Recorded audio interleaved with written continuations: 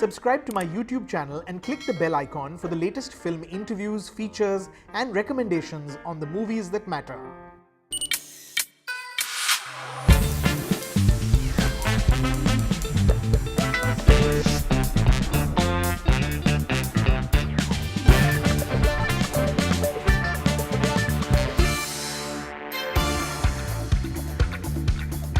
Strength, courage, resilience, dignity. These are some of the qualities our leading ladies imbued their characters with on screen this year. We got assorted portraits of women with an unshakable core, both in the movies and in many of the streaming shows that provided some respite in a mostly dark, uncertain year. Taapsee Pannu was pitch perfect, revealing both strength and fragility as the dutiful wife who questions the very foundation her marriage is built on after a single incident upends her life in Thappad. I don't love you. Chai garam kar do? Nahin. In Sir, Tillotama Shome masterfully disappeared into the role of a domestic worker who must ask herself if love indeed is enough to bridge the yawning gap of wealth and privilege when she and her employer are drawn to each other.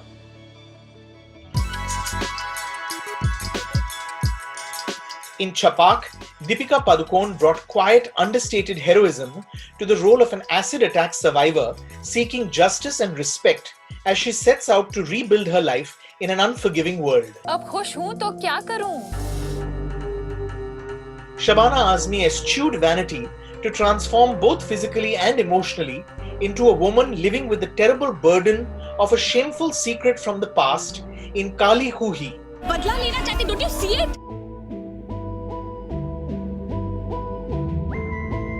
In Guilty, Kiara Advani embraced the complexity of a young girl who's hiding her own vulnerabilities and trauma behind a tough exterior, even as she refuses to believe a rape accusation against her boyfriend. Tripti Dimri revealed impressive range as a fragile, vulnerable new bride who grows into a woman fully aware of and comfortable with her strength in Bulbbul. Janvi Kapoor skillfully embodied the innocence, the determination and the sincerity of a young girl who chases her dream and finds it within her to stand up to the odds in Gunjan Saxena, the Kargil Girl. Jai Hind sir. And in the second season of Mirzapur, Rasika Dugal raised the stakes as she returned to exploit the wily charm of a woman who must do what it takes to survive in a home overrun by dominating criminal men.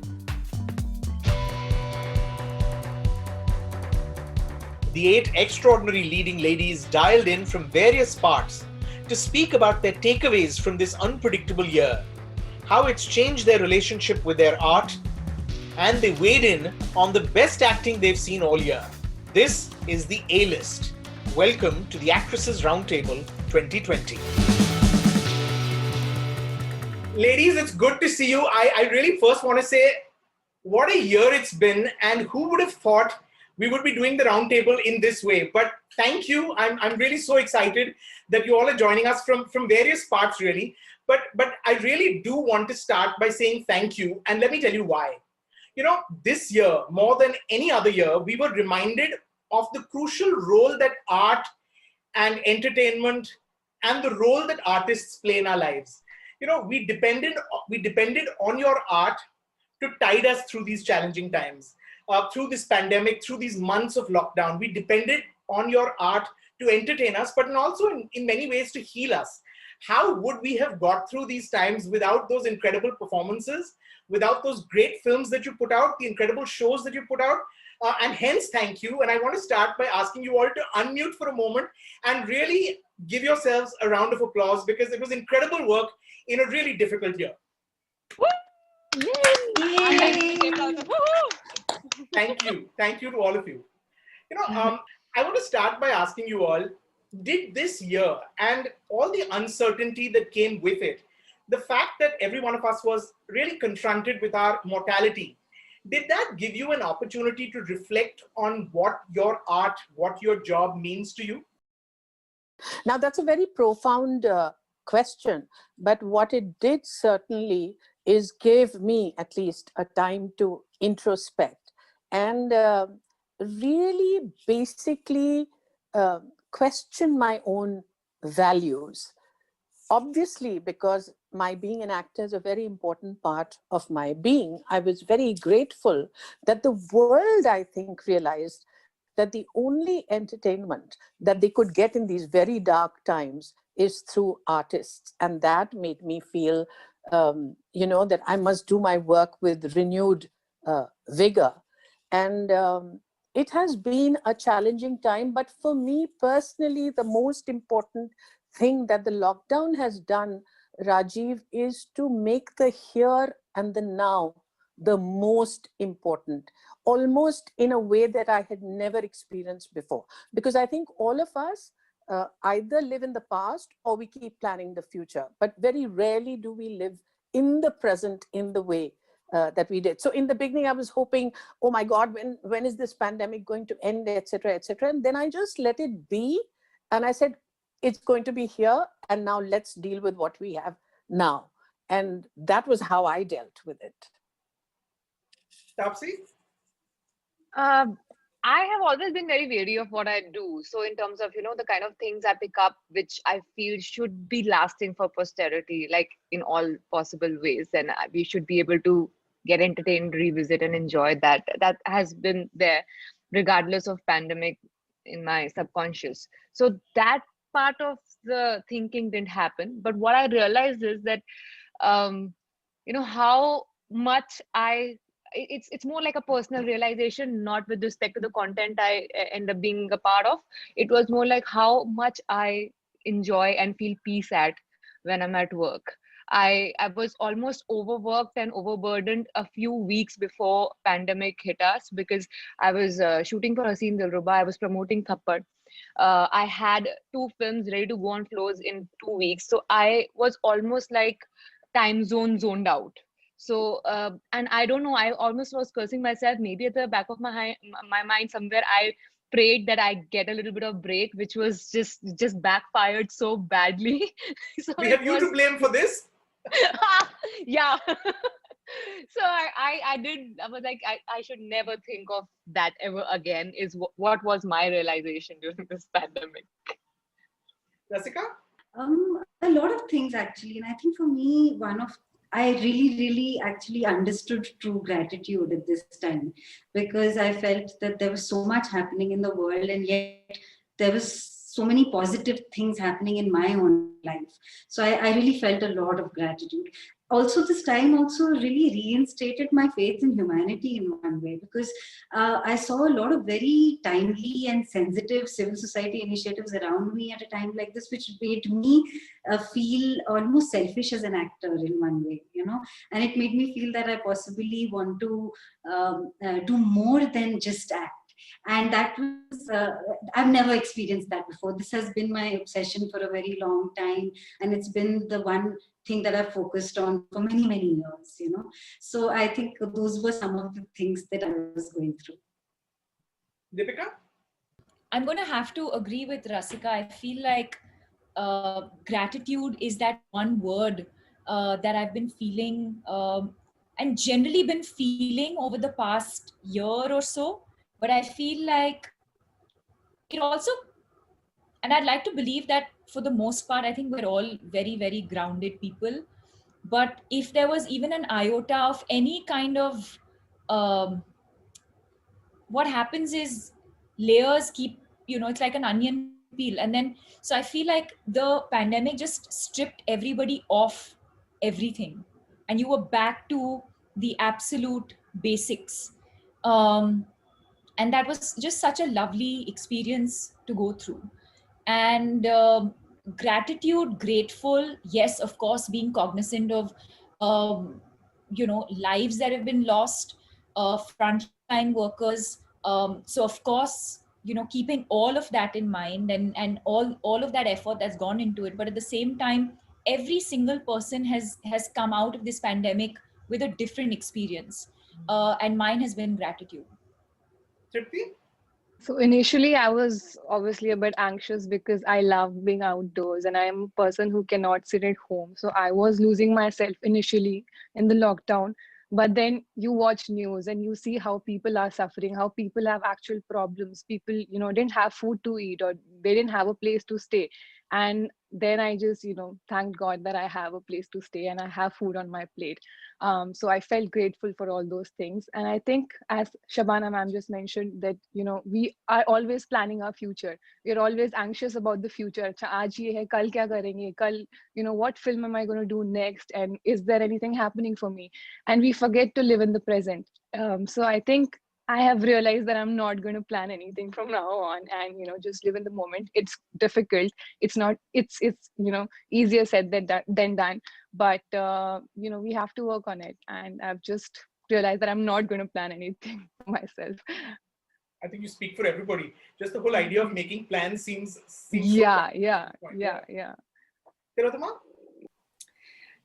I think there's so many learnings because but one of the things that I want to share, which was that I found myself for the first time dealing with feelings that I've never felt before. It was, I've never had an anxiety attack in my life. I've heard about people dealing with it. And I guess I've just been in a part of a very loving family and very loving friends and a very loving partner. And I didn't know what it feels to have your heart, like to feel your heart beat in your ear, in your veins. And it was, and my mom, I'm sharing something personal because it involves it involves the private, involves the public. My mother is battling cancer, and we were in Pune, which is neither her home nor mine. And because we were stuck there for her treatment, and the Pune police, the hospital workers, corporators. I was stuck in Bombay for some time and I couldn't get permission to get to her. There were corporators, complete strangers, chemists who were sending my mom and dad food, medicines. I didn't know them. I was looking at numbers online, and I would find chemists and say that my parents are stuck. Can you? And I think it really changed my sense of appreciation for the kindness of strangers. And I think I really experienced that when I met the nurses, and my mom went through so many surgeries. So I spent so many nights in the hospital where there's so many COVID patients, and the nurse would see me crying one day and be like, "Why are you crying?" I said, "Oh, my period hasn't come for 2 months. I'm just so stressed." I was like, "अरे मेरा तो 4 महीने से नहीं आया है. अभी इतना tension है तो ऐसे तो होगा ही." And I was just like, and she's making me laugh, and she's like, "मैं तो 4 दिन से नहीं सोई हूँ, तो ऐसे तो होता है."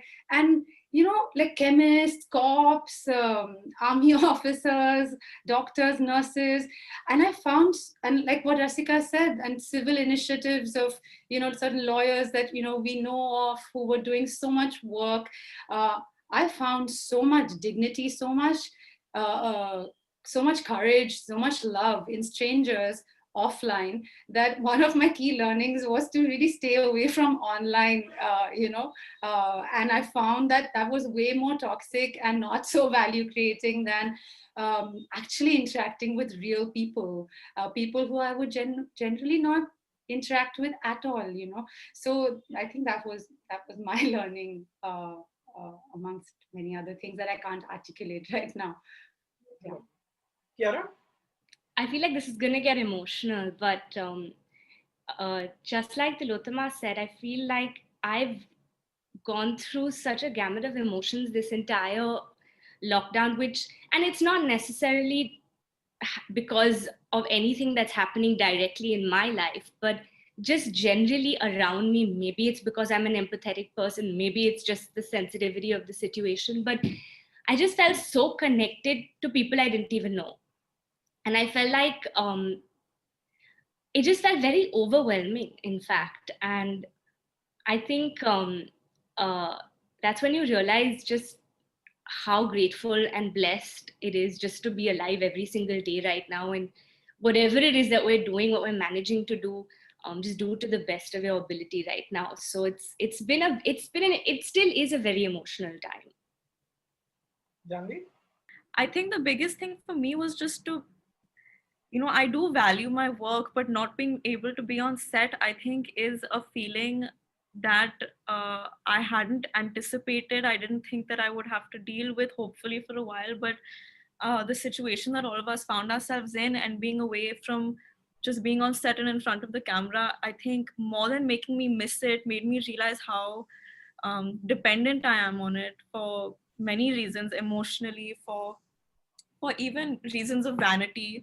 And I think that more than anything, as an artist, what's most important is the experiences that you have, and your willingness to evolve, and how well you know yourself. I think I think your reach and your capabilities and as an artist are very dependent on all of these things. And I think what all of us have experienced during this pandemic is unparalleled to what most artists of other generations could have experienced. And if we were open enough or susceptible enough to get evolved in some way through this experience, I think that we would have all benefited a lot from it. And I've tried to be open to that. And I think more than anything, just getting to know yourself better, spending time with yourself. It's not a normal scenario by any means to be, first of all, locked up in your house, to have this constant fear of health and of survival, and to deal with things, to get to know yourself better. I think that, one side of the coin is that it can get negative and it can get taxing, but the other side is, I think that if you get through those gamut of emotions, you see the goodness that's around you, you see what you're capable of, what humanity is capable of. And I think that, I think there's a lot to take away from it. And I hope that I have, and I hope that it shows in the work that I'm hoping to do in the future. I read something that the actress Lupita Nyong'o said, and I wonder how you feel about it. She spoke about how you start with ignorance with every role, and you move from that ignorance to hopefully expertise by the time that the film is over or the job wraps. To all of you, what did you, or in what way did you come out wiser from the role that you played this year? Or how did it change you, if it did in any way?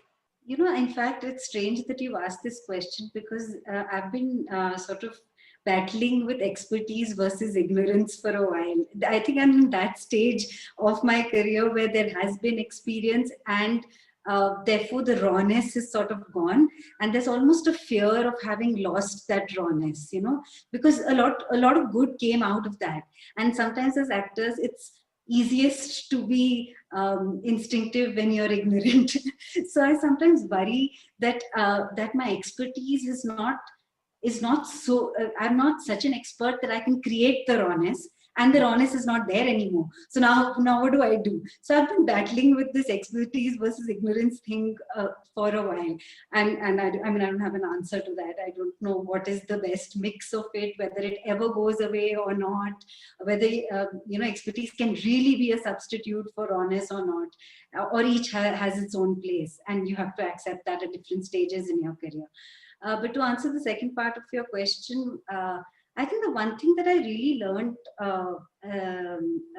in the year gone by is the one thing that I had really learned when I was doing improv with this group. Because, when you're working a lot, you get thrown into different situations, and it's not always, you're not always creatively aligned with the people you're working with. That can't always be possible, and that can't be possible on every day, even if it's generally something that you have. And there are some experiences in which you have that, and some experiences that you don't. And when I was doing improv theater with this group, there's one very basic rule of improv, which is yes and.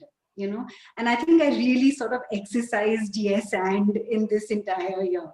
And also one of the fundamental rules of improv is complete commitment, even if you're in the bizarrest situation, and you accept anything that anybody gives you, and you work with that, and you use that.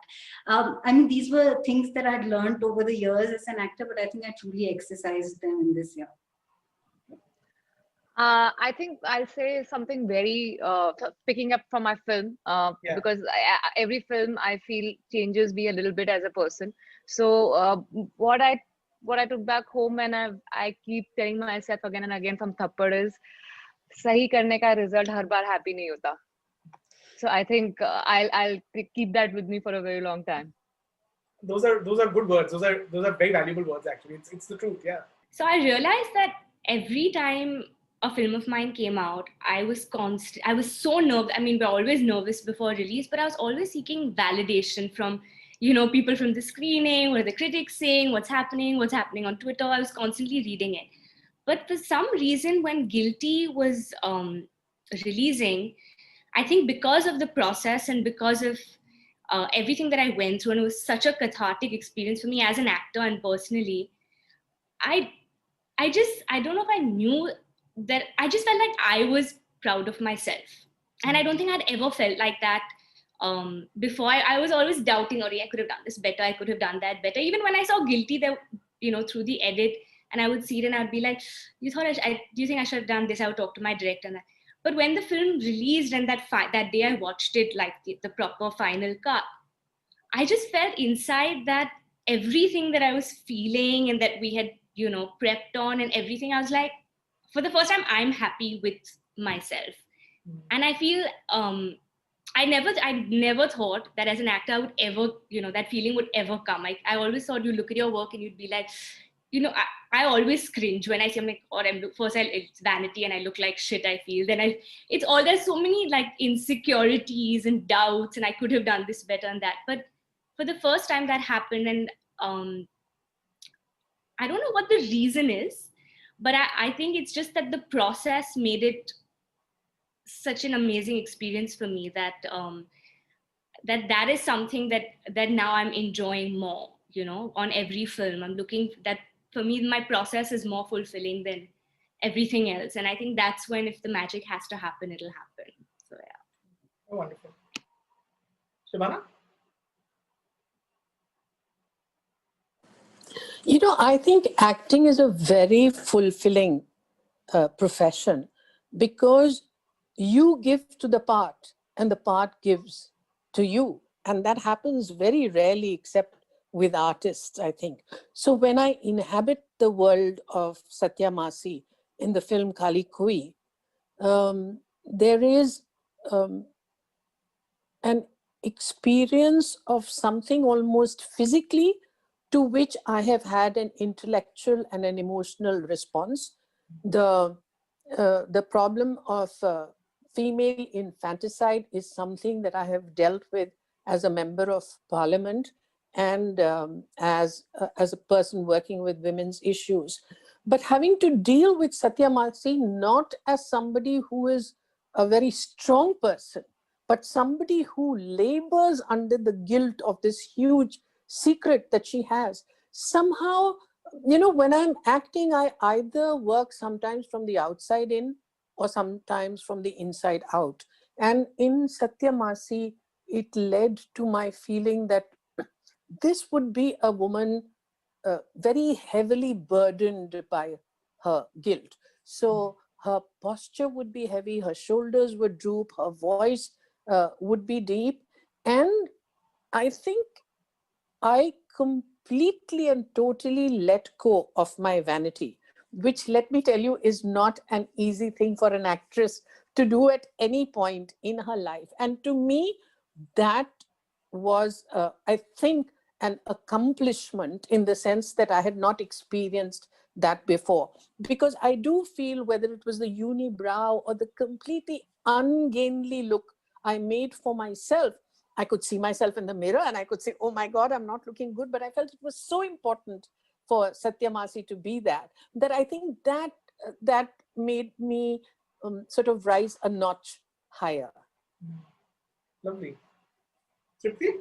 I think I'm just 2 films old, but I do feel that every character that you play or every film that you do, it gives you a lot, in return as a person or as an actor. And what Bulbbul has taught me this year is that, you can be a flawed person, but you have to be comfortable in your own skin. She's a person who's flawed. She, is not perfect, but who is perfect in this world? We are all flawed, and we just need to accept our flaws and own up to our flaws. So that is something that I've taken back from Bulbbul. I think I'm much more comfortable in my own skin and with myself now than I was earlier. I used to always be nervous talking to people, but I think that nervousness has kind of gone away after Bulbbul.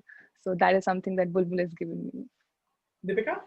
Um, I think for me, the understanding of the life of an acid attack survivor, you know, what the person is thinking, what they're experiencing, what the recovery process is. So it's not just physical, it's also emotional. And there's the trauma is as much emotional as it is physical. And and through your journey through recovery, uh, and the various surgeries that one has to go through, if you're fortunate or lucky enough, if you even survive that, is, do you even want to live?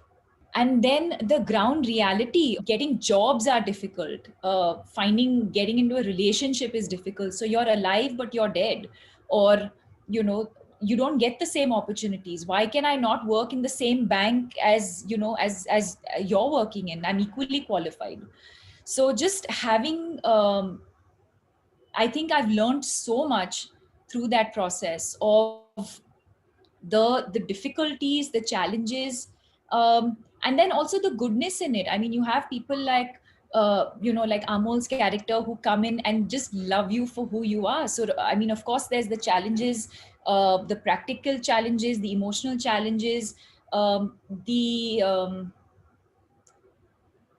what the family is put through, um, but then also the beautiful things, which is the fighting spirit, and how eventually it's about what you want to do with your life and what you want to say, um, or the fact that you have people like Amol who who are not judging you for what society believes as beautiful physical appearance. So I think all of those, for me, Chhapaak is a film that, I feel like when we're going to see the effects of that 10 years from now, when we see more Lakshmis amongst us, in and for all of us to be more inclusive is, I think, is what I've learned. It's very difficult to kind of articulate and say this is the one thing, but because it's been an experience and something that I would never have traded to sort of do anything else for that experience. I've grown as a person. I've learned so much from that. Yeah. Janvi? I think because of the nature of the film and my interactions with Gunjan ma'am, and I think her entire narrative, my biggest takeaway was actually accepting myself and the importance, I think, of self-belief. And I think even through the release and through the journey of making the film and the feeling of whatever happened afterwards, it made me realize that unless you are accepting of yourself, unless you believe that you deserve to be in the place that you want to be at, no one else has any reason to think that you deserve it. So you need to believe that first for others to believe it and to accept it. And I think that it's been such a big part of my narrative as a person to think that, oh, I know I don't deserve to be here, but I'll prove myself and I'll work hard, which is like, it's important because, and I'm not feeling by any means that, oh, I've arrived, but like, I think that through this journey, I've just realized the importance, I think, at least, of self-belief and how strength doesn't necessarily mean that it needs to be measured by an outward display of it. I think strength can be silent, dignity can be, subdued, but it doesn't mean that it isn't there. So, yeah, I think those have been my takeaways. Tillotama?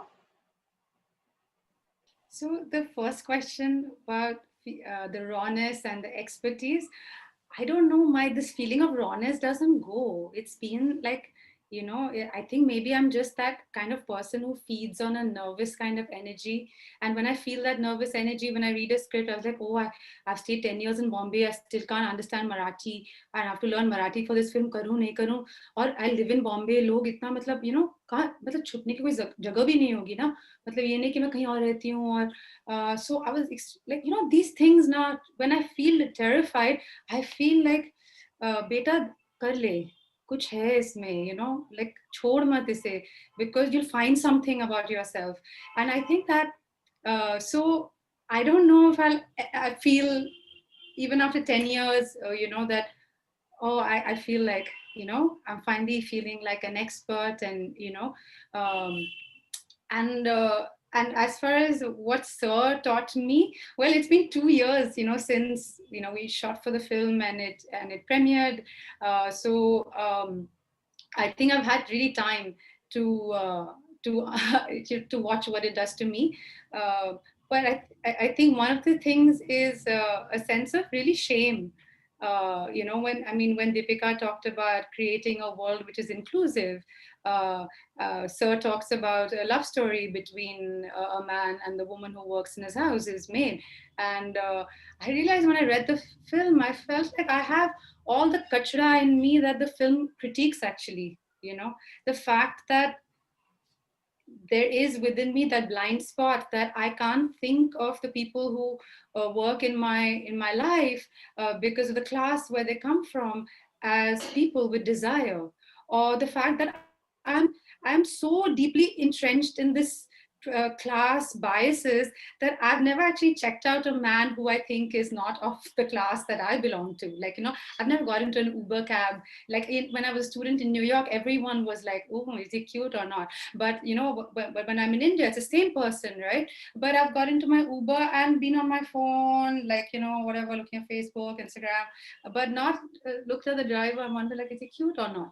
What, I mean, I'm just giving a very, you know, like maybe a flippant, you know, takeaway for me from the film, but I realized that this whole thing of language of desire, I think I'm a nice person, but I'm reading the script, I really felt like, man, so far away from it, right? Like the people who work for us cook our food, it goes inside our mouth, make our beds, we sleep on it, our skin is on it, you know, and yet we can't even imagine a world in which we could fall in love, or we could feel desire. And that really broke my heart.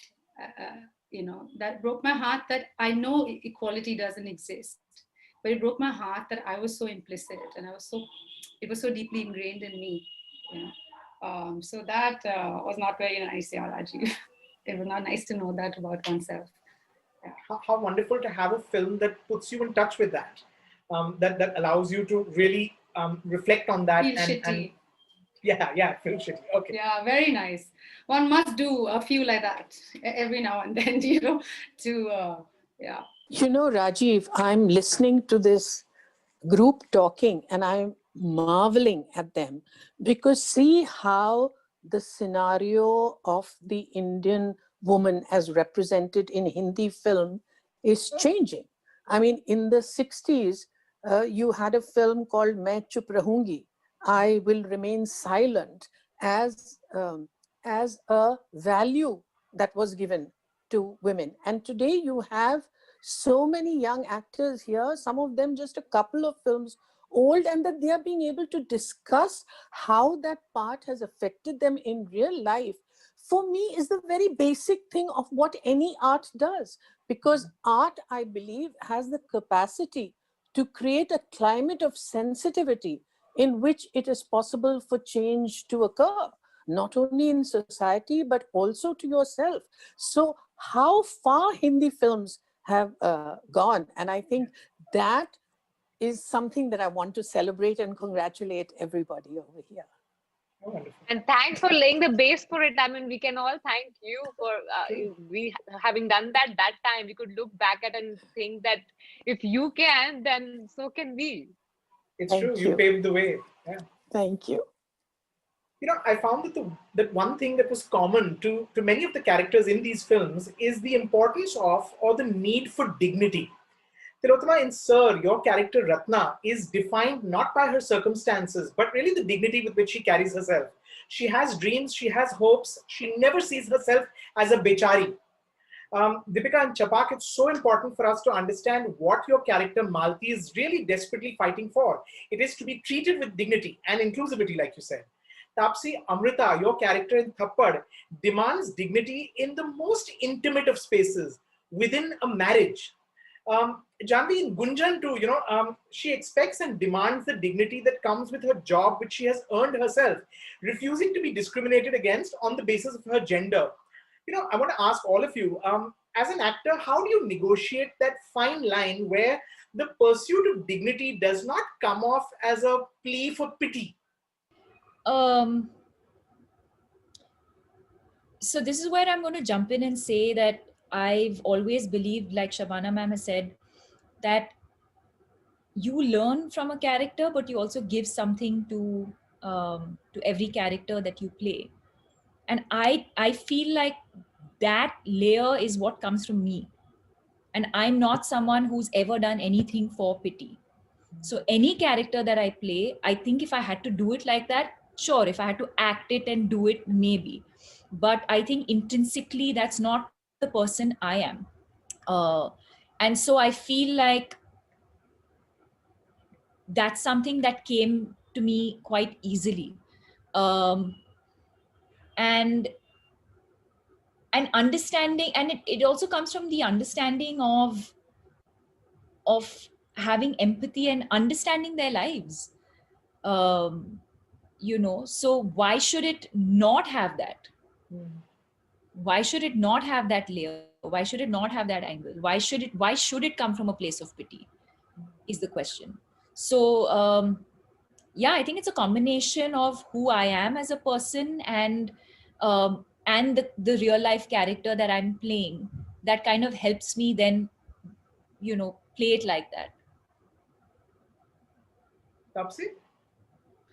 um Victimhood is celebrated a lot when it comes to women's character in India, especially.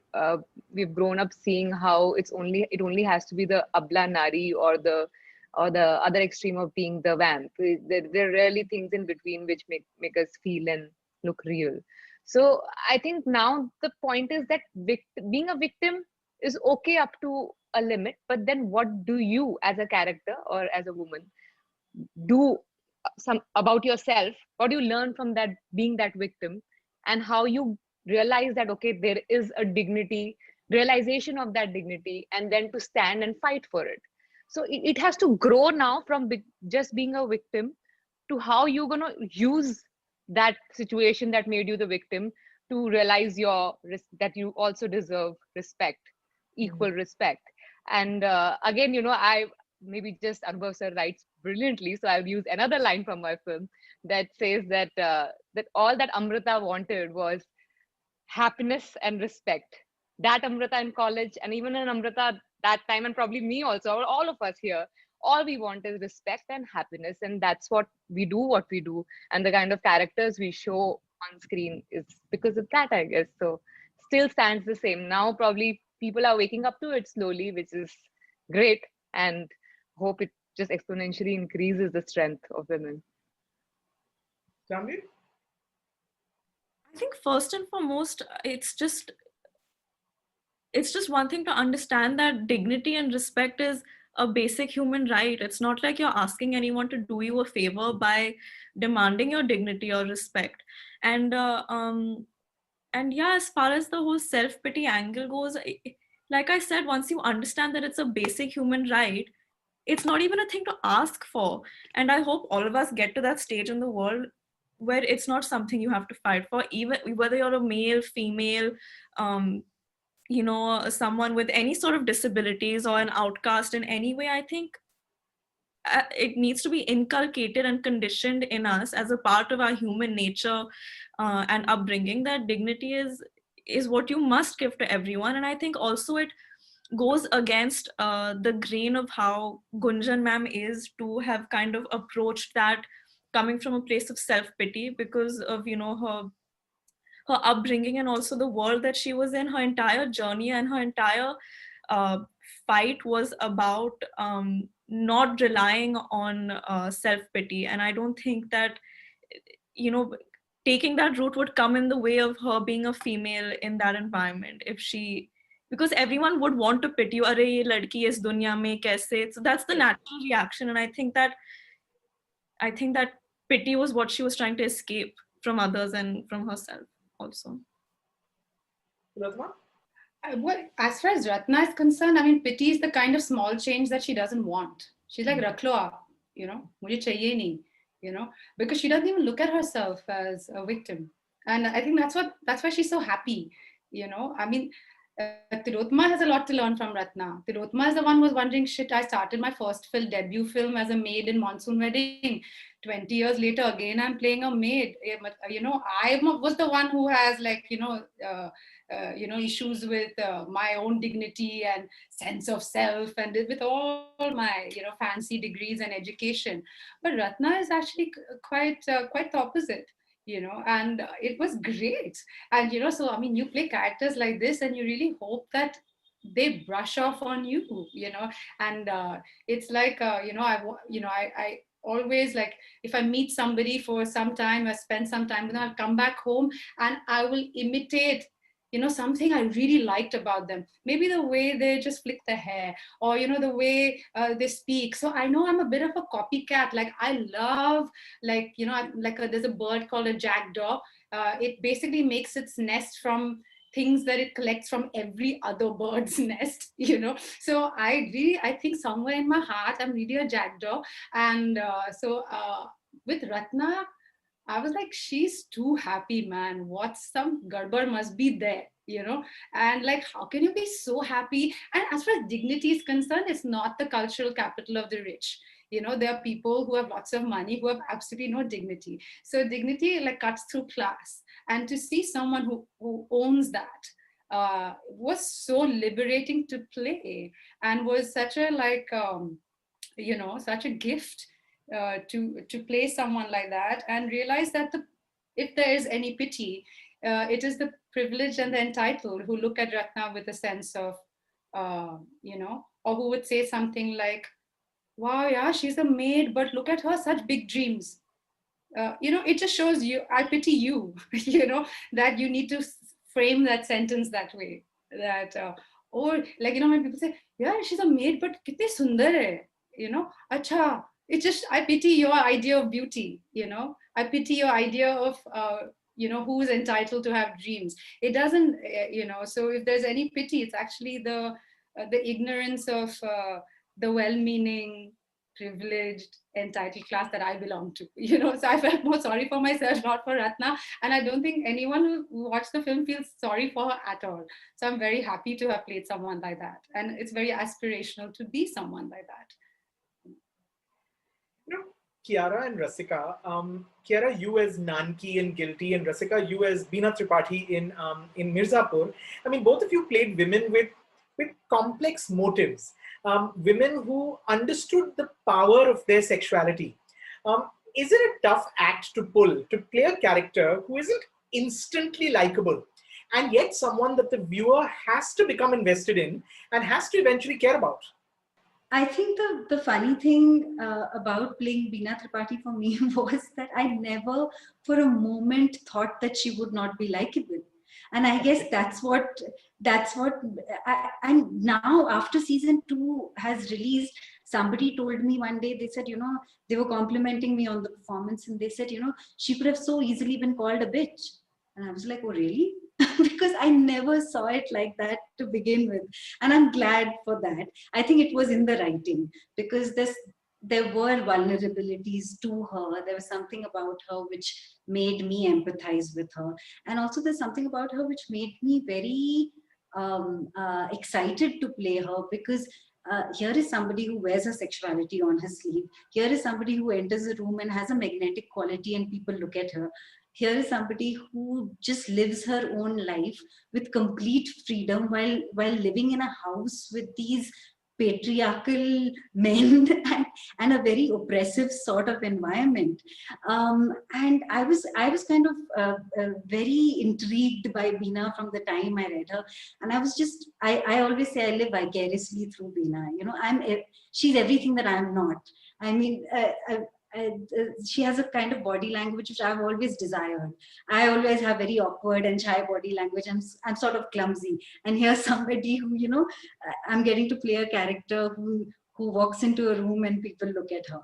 So I was always intrigued by her, always excited by her. I've always been excited by women in life when I watch women who wear their sexuality on their sleeve and have that something about them which draws attention. I find that very exciting. So I didn't for once look at her as somebody who could possibly be unlikable or be called, like that person said, could be called a bitch. So I guess that's what made it easy for me to be here. Kiara? I feel it's all in the writing, and I feel like it was really challenging to play Nanki. I'm going to go back to your question of dignity and pity, because I was thinking about it when, in context with Nanki, and there's something that she says in the film that really stayed with me when she said she doesn't want to be seen as a victim, but as a survivor. And the irony is that although she says that, she doesn't mean it till right at the end of the film. So in the beginning, it's this whole cover up of I'm a survivor and the schoolgirl with the crazy hair and the tattoos, and, you know, it was her armor. But inside, she had a lot of pity, so she would not admit to what has happened to her in her childhood, and she would, you know, not want to talk about it and not want to talk about, the terrible experiences, almost to the point where she blames a girl for falsely accusing her boyfriend of rape. But she's been through that, and she does not say it because she doesn't want to believe that it's true. And it takes her obviously the entire film and the journey to realize that what she wants to say, which is, look at me like a survivor, not a victim. But it takes her the entire journey when she lets go of that armor and she actually breaks down. And in that weakness, there was so much dignity. I didn't have pity for her. I just had, I was just happy that she finally came to terms with it, and it was almost like, since it's digital, I can say it, but like whatever, I don't want to say beep, beep, beep, beep, beep to everything that had happened. So I think that it was also because I got that character arc, which was written so beautifully by, Ruchi, and she had really etched out, it was told through her eyes, so you could see that journey.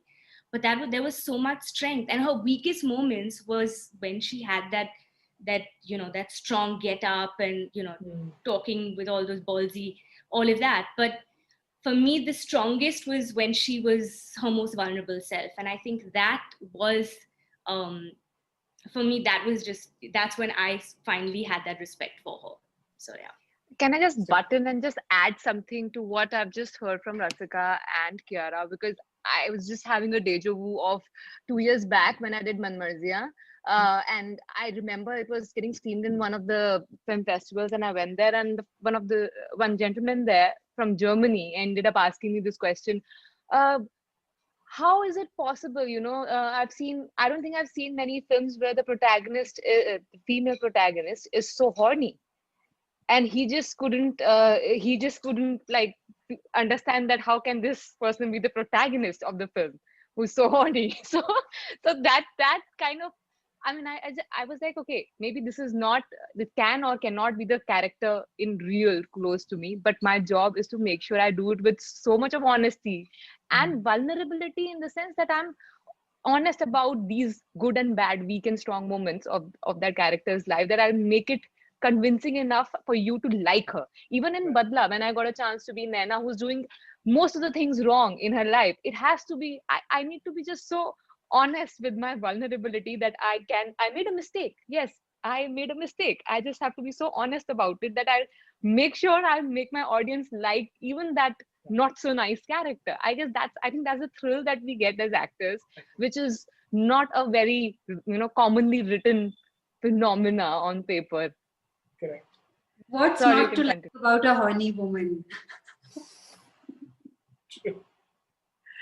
I agree completely, and we must see more. I mean, like, where are we going to lock all this desire in like a cupboard in some tijori, like, you know, with a big lock of tradition? Like, I mean, come on, flesh and blood human beings. I mean, you know, it's beautiful. It's beautiful for me to see Rasika, you know, like that, and you know, I had a chance to romance her, you know, in a film, but you know, I wish it was written differently, and maybe there will be more, but. It's great. It's great that finally, you know, this language of desire is not something that we are shy to show, especially when it comes from, you know, a female protagonist. You know, it's great. Shabana and Tripti, what I thought was very interesting about both your films was how they use the format of supernatural horror and thriller to actually tell stories about the horrors that exist in our own real society. I mean, as you said, female infanticide, violence towards women, child marriage, Tripti in Bulbbul. Shabana, I know you spoke about this a little bit, but I'm hoping you'll elaborate. Both your characters are hiding very dark, terrible secrets. How did that inform your performance? You see, it's very easy for an actor to gravitate towards a role where you are noble, where you're good, because ultimately you are pulling that person from inside of you, and you're much happier to ferret out the niceties.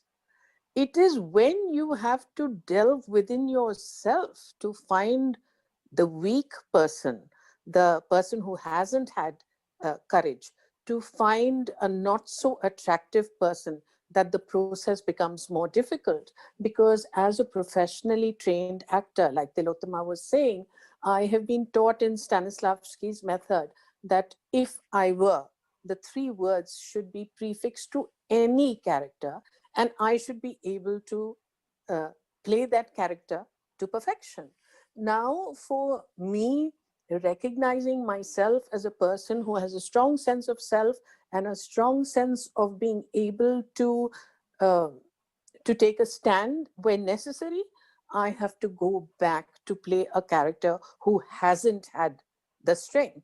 So I am trying to find her from within myself, but I also have to clutch at people that I have seen in many villages who have had to take that. So it is an amalgamation of the stimulus that is provided from my understanding of society, from my being able to be sensitive to that, and also try and find her within myself.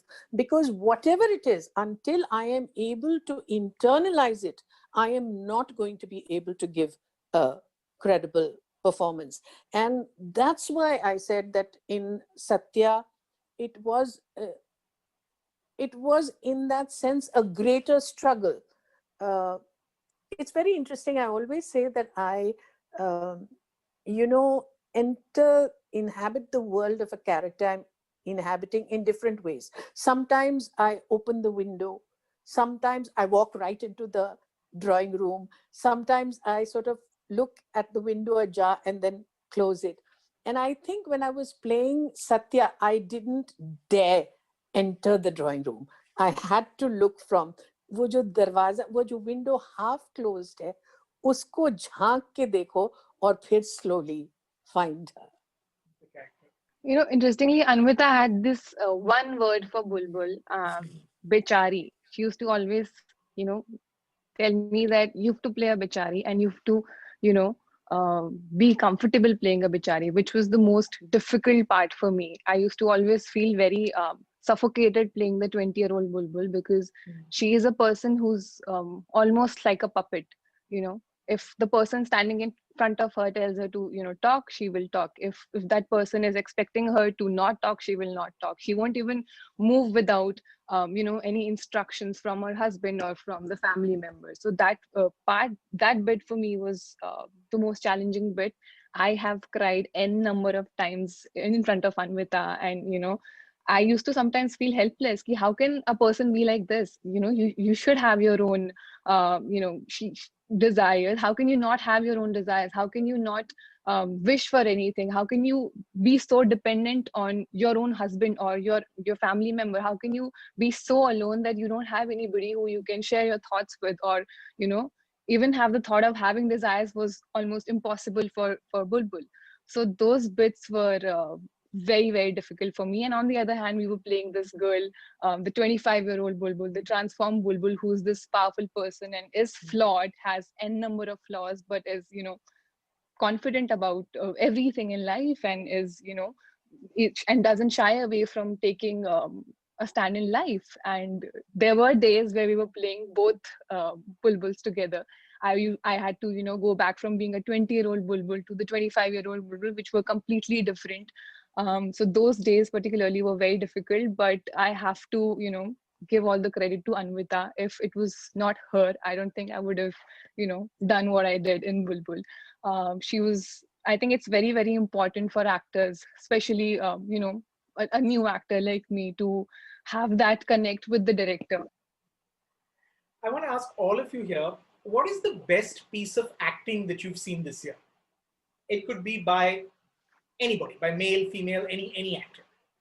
Definitely Prateek in Scam. oh my God, it is such an incredibly believable character that he has played. It is a sterling performance. I really think it's like a Star is Born kind of performance in Scam 1992. It's just absolutely brilliant in it. Very good. Kiara? This is really tough because I feel know. like we've all watched so much content this year. Oh my God, this is really tough. Can I come back to this? Come back to me. Let me think. Taapsee? Okay, I just feel that we are in such a spot right now with this heavy duty question you've thrown at us. I agree. I don't know. Please, anyone has an answer? I'm still like going through recap of what all I've seen this year. Listen, I haven't seen anything, Rajeev. That's a cop out. I haven't seen anything this year. No, Shabana put her money where the mouth is. No, it's a cop out because they then believe that their performance is the best and they don't want to say that. So they're copping out. Listen, I want to I'll go. Yeah. Rasika, please help us. I think Jaideep Ahlawat in Patal Lok. Also I was going to say everyone in Patal Lok. That's true. That's true. It's like every single person there was unbelievable. Insane casting. Just beautiful performances. It was between, I'm not getting into specific performances, but I think to begin with, I think it certainly came more from OTT than it came from feature. But also I think for me, between Patalok and Delhi Crime, that's got to be my top. Patalok has been my absolute. Actually, Delhi Crime was last year, right? Delhi Crime was last year. Yeah, that's true. So then Patalok. Yeah. Okay. Taapsee? I think out of taking hints from everyone here, the only series I haven't seen fully is Patal Lok out of these because I just couldn't get through that killing. I was like killing myself, like what the hell? So I think Delhi Crime because I've visited that recently and that stayed with me for the longest. So I guess all the key actors there, Shefali ma'am and everyone did a really good, impactful job there. Tillotama, Janvi? Can I name a movie that I saw this year, but I think it released? Please, because I can't think of anything. Go for it. Listen, if last year's counted, I can, because I really haven't seen anything this year. I've not shot for a thing. I haven't seen anything. I've just been in hospitals. So if it's last year, I think Suni and Delhi Crime, really blew me. I mean, the actors in those two shows made me just so happy that I am an actor, and that these stories and these worlds are possible. So but I'm really sorry this year, genuinely, and I was so afraid, Rajeev, you would ask a question which pertains to this year. I wish I could have at least done some homework. I really haven't seen anything right now releases this year, but I just saw a film recently called Aruvi. And I don't know, it's really stayed with me. I think the girl's name in that film, she was outstanding, and I'm still so in Aditi. Aditi Balan, yeah. So yeah, I think that performance for me. I think it released 2 years ago almost, but yeah, it's a film I saw recently, and I can't get it out of my head. Not allowed, Janvi, not allowed. Please, I can't now. Cancel, your answer is cancelled. Tripti? I Taapsee, think for question? me it's Jaideep Palawat. I think he was wonderful in Patal Lok, and the other actor is Tanya Maniktala from Suitable Boy. She has, the most beautiful eyes I've ever seen, and she's just, I believe, very expressive, and I just love watching her on screen. She's very watchable. So these two names for me. Finally, have realized which was the performance I was missing on in the previous question. I'm sorry, it's a little bit of tube light here. Irfan sir, Angrezi Media, because I was thinking that there's one performance I know I was crying while I was watching it. What was it? So that's his. Yeah. So and then. But Taapsee, my favorite was your bikini shoot. Was my favorite performance. Deepika, thanks, sir. Thanks. I'm a huge fan. Huge fan. More so after watching that video. Oh. Or if I would have known Deepika Padukone will be my fan after watching bikini shoot video, then I would have said more so after bikini shoot, but yeah. Okay, then special videos coming for you in the future as well, Deepika. Finally, I want to ask. Most of you have actually gone back to work. A lot of you are already shooting after being away from set for many months. Do you find a change in yourself or in your approach to work as you return to it after this forced break? Has something changed fundamentally? You want to say, apart from the visuals of everyone wearing masks and some kind of kits and looking like astronauts on set? Correct. Apart from that? Yeah, it's actually sometimes a relief to see people with masks, because very often on set, I don't want to know what people are actually feeling or thinking. With the mask, I'm like, chalo, ab to mujhe pata nahi ki actually inke dimag mein kya chal raha hai. It's a relief. But I have to say, the first shot I did when I got back to work, which was recently, which was last month, I felt the same fear that I felt the first time I'd come out of FTI film school, and I was doing this shot, and I had 2 scenes in a film called Anwar, and itni nervousness ho rahi thi ki mujhe waisa lag raha tha, because it had been a while. And also, I think while feeling really nervous also, and I had this shot where I was drinking tons of cranberry juice because I had to drink wine in the scene, and it was absolutely sickening, and I had some 3 liters of cranberry juice that night. And I think after I finished the last liter, I just looked at the director and I said, in spite of this, I'm still happy to be here. Taapsee? You shot like 2.5 films. Yeah. I finished Haseen Dilruba. I finished a South film, one scheduled down Rashmi Rocket. So yeah, I've been working since September. So it was a little awkward in the beginning because people didn't know on set when you come. Usually, we'll have to give each other hugs. You shake hands. Some people are a little more paranoid than others on set, and it's difficult to gauge who is more and who is less instantly when you meet them. So it's that little awkward few seconds when you meet people that you don't know what's the line that they have drawn. So yeah, that was a little awkward in the beginning. You can't just run and go and hug people on set and shake hands. Apart from that, it takes a little more time for the set to get ready and the shots to change, because people want to just sanitize things as much as possible. As an actor, I don't think much changes for me other than my visual, as I said, because you're not wearing masks because of your makeup and everything. So you end up being a little more like what you were before, just that you have lesser people around you, and I kind of like it a little more like that. As it is a person who doesn't like too many people hovering around my head. So that ways I like it with less number of people around. Kiara, you're shooting in Chandigarh these days. I'm shooting right now. I think, and it's funny because I'm shooting with Raj, who I have worked with before, and what he's been telling me is like, why are you overthinking everything right now? And I was like, I don't know, because I'm constantly and I think maybe because even Varun is like that, and Anil sir is like that, and all of us together, we're trying to, we all want one more take. So he's like, why? I've got my take. He's like, I have 20%, 40%, 90%, every variation of this scene. You guys need to chill Yeah, out. Varun is not But going I to help think- you in this. Huh? He's going to give you hard time with that one more take. His one more take never It's ends. never ending, and I've become like that now, so we're constantly doing this. So but I think it's good. We're trying to better it, so it's fine. But yeah, I mean, everyone's an astronaut on set, and everyone's just trying to be as safe as possible. But it just feels like you're back. I mean, you're back home.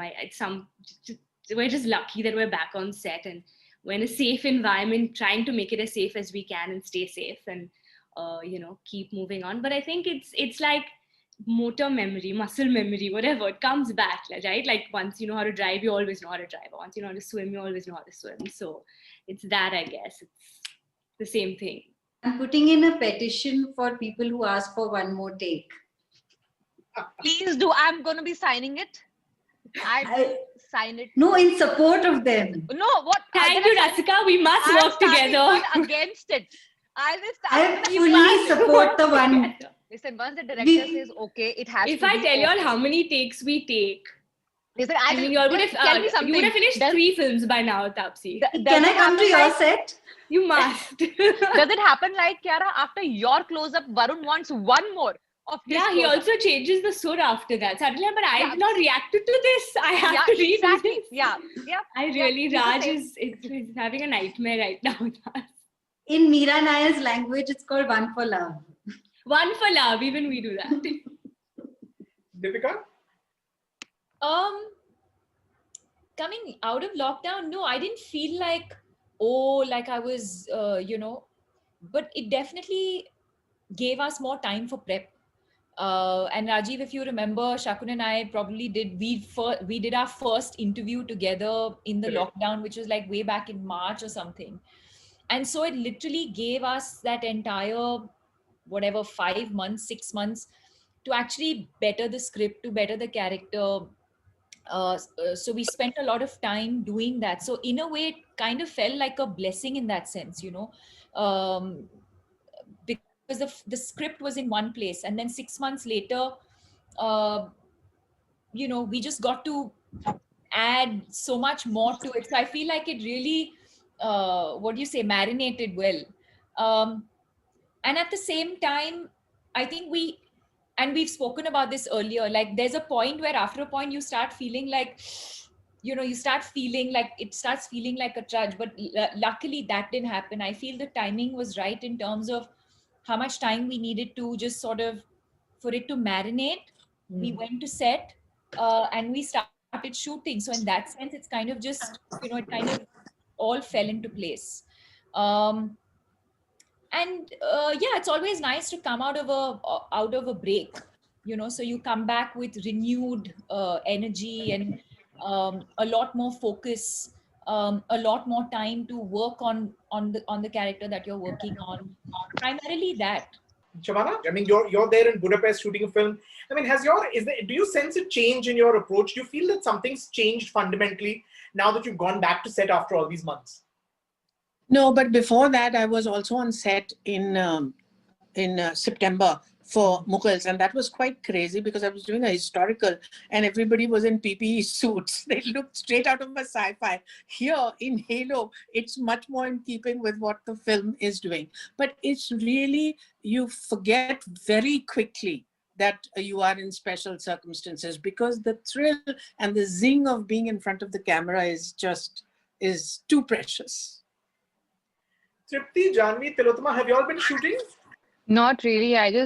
I'm really excited to get back on set because for me, it's been 2 years again. Yeah. I think we shot Bulbbul in 2019. And since then it was the lockdown. So I haven't really, worked, and I've just had enough of this free time. I'm just really excited to get back on set and start working. Janvi, Tillotama?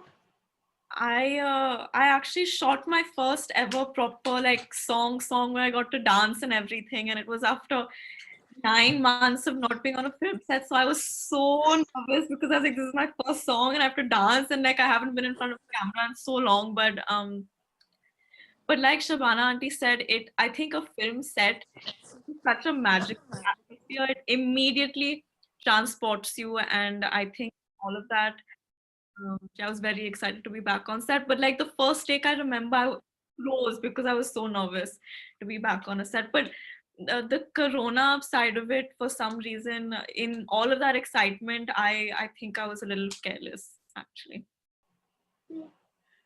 Tillotama? I got into trouble for saying this. I was I think you I'm might. so happy. I finally found the reason why I'm here today for this roundtable.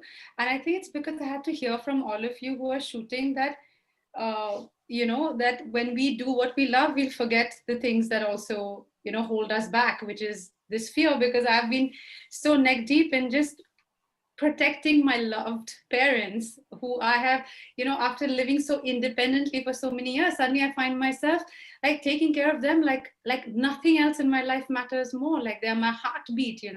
And so I've said no with like mercilessly to work, like, opportunities that I would have jumped at before or have waited for and be like, no, I can't, I'm really busy. And but I'm so happy, really, all of you, for sharing how you feel shooting, and that for you, COVID is secondary. It makes me really it's really heartening, because I'm thinking about saying yes to something in Jan, and it feels like, what if I've forgotten how to act? It's been like 9 months. And second, I want to let go of this fear, of of our mortality, and I just feel so encouraged to know that all of you are shooting, and that you're not on some special vitamin which keeps you safe, which I don't have. It's just called courage, and I feel like thanks for giving me this vitamin courage, and yeah. Ladies, I want to take this chance again to say thank you. Thank you for this very insightful, very candid conversation. I think you opened your hearts, and you really gave us a sense of how you've dealt with what is a challenging, unusual year. And I think that it helps anyone that's been confused about how to move forward and how we're feeling. But again, really thank you for the entertainment. Thank you for the movies. Thank you for the performances. I think your work has been respite in a dark year, in a challenging year. So thank you. Cannot wait to see what you all do next. These were incredible performances that brought us so much joy this year. Thank you very much. And here's wishing you a lovely 2021. Hopefully it'll be a kinder, gentler year. Can't wait to see what you'll do next. Thank you, everyone. Thank you for the wonderful work. Thank you. Thank you. Thank Thank you, everyone.